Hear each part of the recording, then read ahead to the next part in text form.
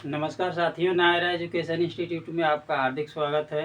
मैं professor Mahendra sir आज आप लोगों को शिक्षण विधियां से लेकर के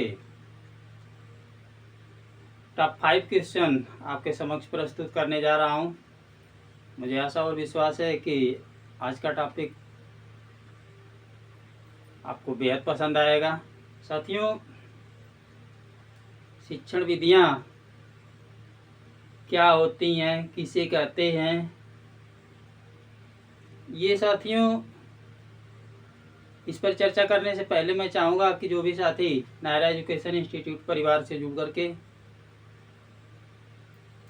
महेंद्र सर को सुन रहे हैं, प्लीज़ चैनल को यदि पहली बार आप मुझसे जुड़ रहे हैं तो चैनल को सब्सक्राइब कर दें, लाइक कर दें और अपने साथियों को शेयर करना ना भूलें।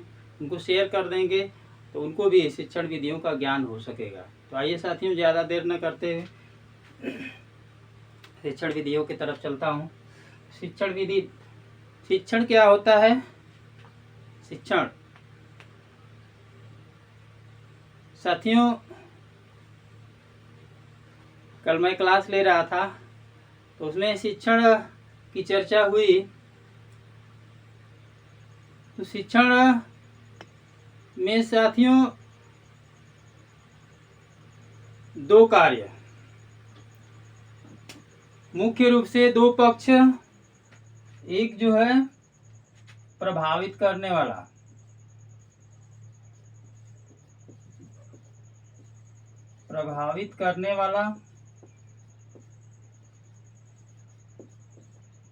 दो पक्ष जो है, और दूसरा जो है प्रभावित होने वाला।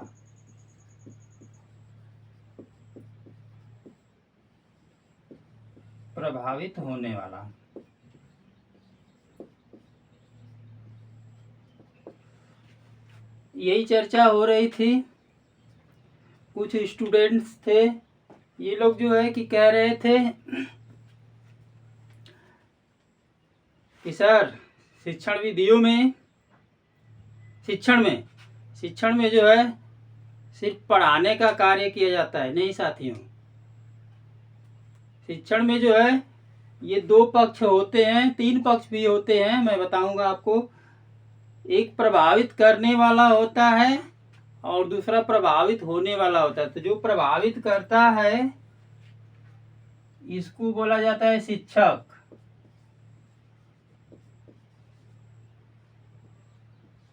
और जो प्रभावित होता है वो होता है छात्र।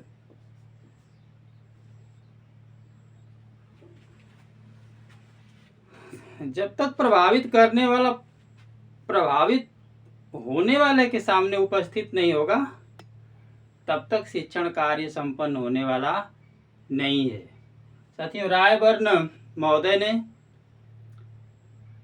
इसमें एक पक्ष और जोड़ दिया है। वह पक्ष, तीसरा पक्ष जो है पाठ्य वस्तु है।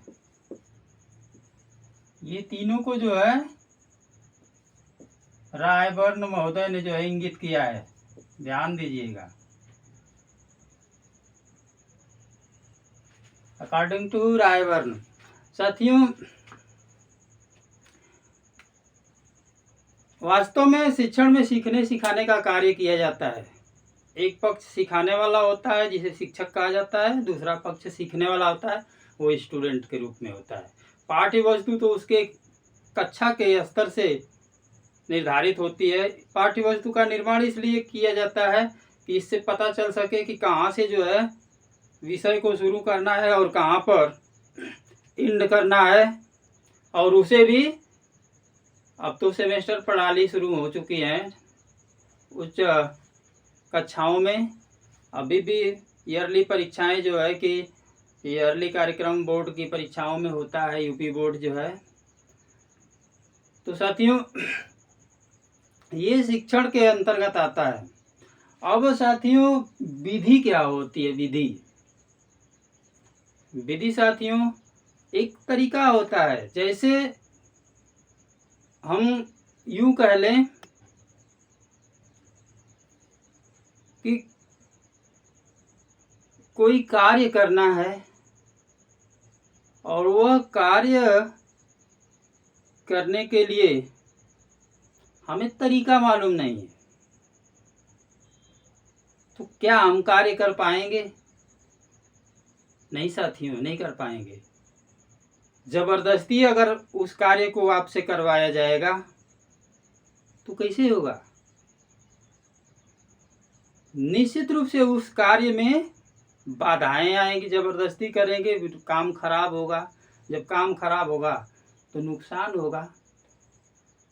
यही चर्चा चल रही थी कल अनुभव पर, कि अनुभव किसे कहते हैं।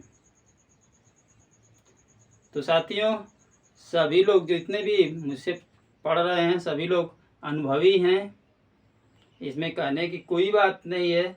सभी लोग हायर लेवल के स्टूडेंट्स हैं, टीचर्स हैं, तो ऐसे में अनुभव की कोई कमी नहीं है। लेकिन मैं इतना बताना चाहूँगा कि मानसिक स्तर पे सूचनाओं की व्यवस्था जो होती है उसी को अनुभव कहते हैं। और इसका पता तब चलता है जब आपसे कोई प्रश्न किया जाता है या आपको कोई कार्य दे दिया जाता है और उस प्रश्न को हल करने में आप सक्षम होते हैं या उस कार्य को करने में आप सक्षम हो जाते हैं, तो आपका वही अनुभव कहलाता है। राइट। चलिए साथियों, कुछ क्वेश्चन है आपके सामने। शिक्षण विधि में महत्वपूर्ण, शिक्षण विधि में महत्वपूर्ण कहते किसे हैं साथियों? शिक्षण विधि साथियों पाठ्य वस्तु के प्रस्तुतिकरण की शैली को जो है शिक्षण विधि कहा जाता है। जिस प्रकार से एक नाविक जो है नाव पे सवार हो जाता है और उसको उस पार जाना होता है, लेकिन ऐसे व्यक्ति को नाव पे सवार कर दिया जाए, उसके हाथ में पतवार दे दिया जाए और उसको बोल दिया जाए कि अब जाइए, लेकिन उसको ये पता नहीं है कि हमें जाना कहाँ है, तो क्या वह मंजिल तक पहुंच जाएगा? नहीं साथियों, नहीं पहुंच पाएगा, क्योंकि उसको वह रास्ते का पता नहीं है कि हमें जाना कहाँ है। ठीक वही चीज यहाँ पे शिक्षण विधि में है।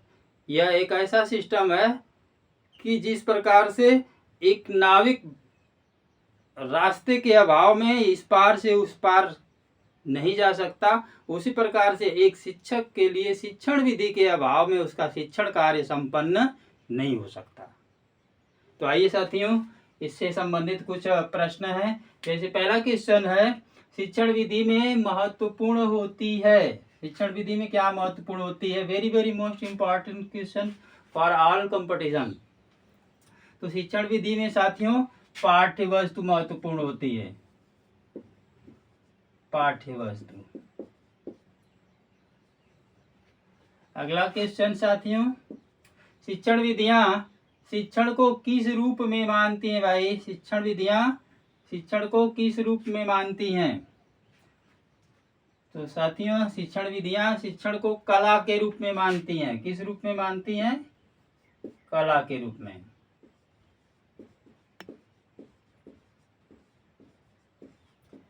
अगला क्वेश्चन, शिक्षण विधियों का मुख्य कार्य क्या है? भाई, शिक्षण विधियों का मुख्य कार्य साथियों पाठ्य वस्तु के प्रस्तुतिकरण को अधिक प्रभावशाली बनाना शिक्षण विधि का मुख्य कार्य होता है। पाठ्य वस्तु के प्रस्तुतिकरण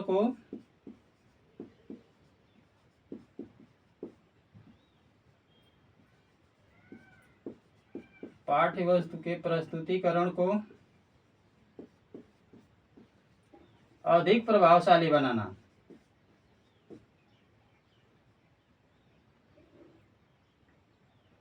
अधिक प्रभावशाली बनाना।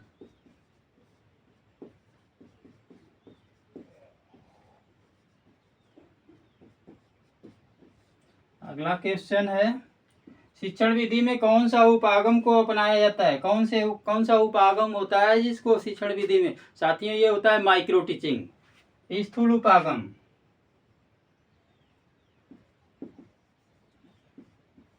स्थूल उपागम जिसे कहा जाता है माइक्रो टीचिंग।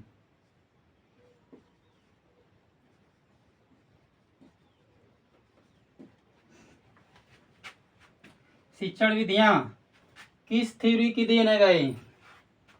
शिक्षण विधियां किस थ्योरी की देन है? Very very most important question.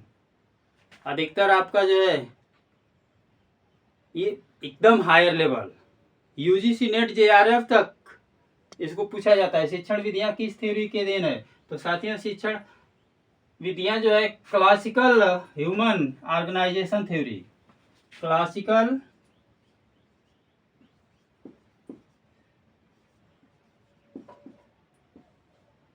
Human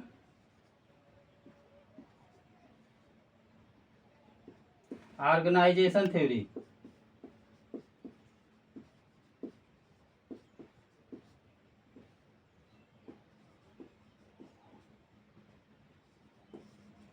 इसकी देन है। तो साथियों, आज आप टाइप 5 क्वेश्चन की जानकारी किए। मुझे आशा और विश्वास है कि आज का वीडियो आपको बेहद पसंद आया होगा। अगले वीडियो का इंतज़ार करें। तब तक के लिए नमस्कार, जय हिंद।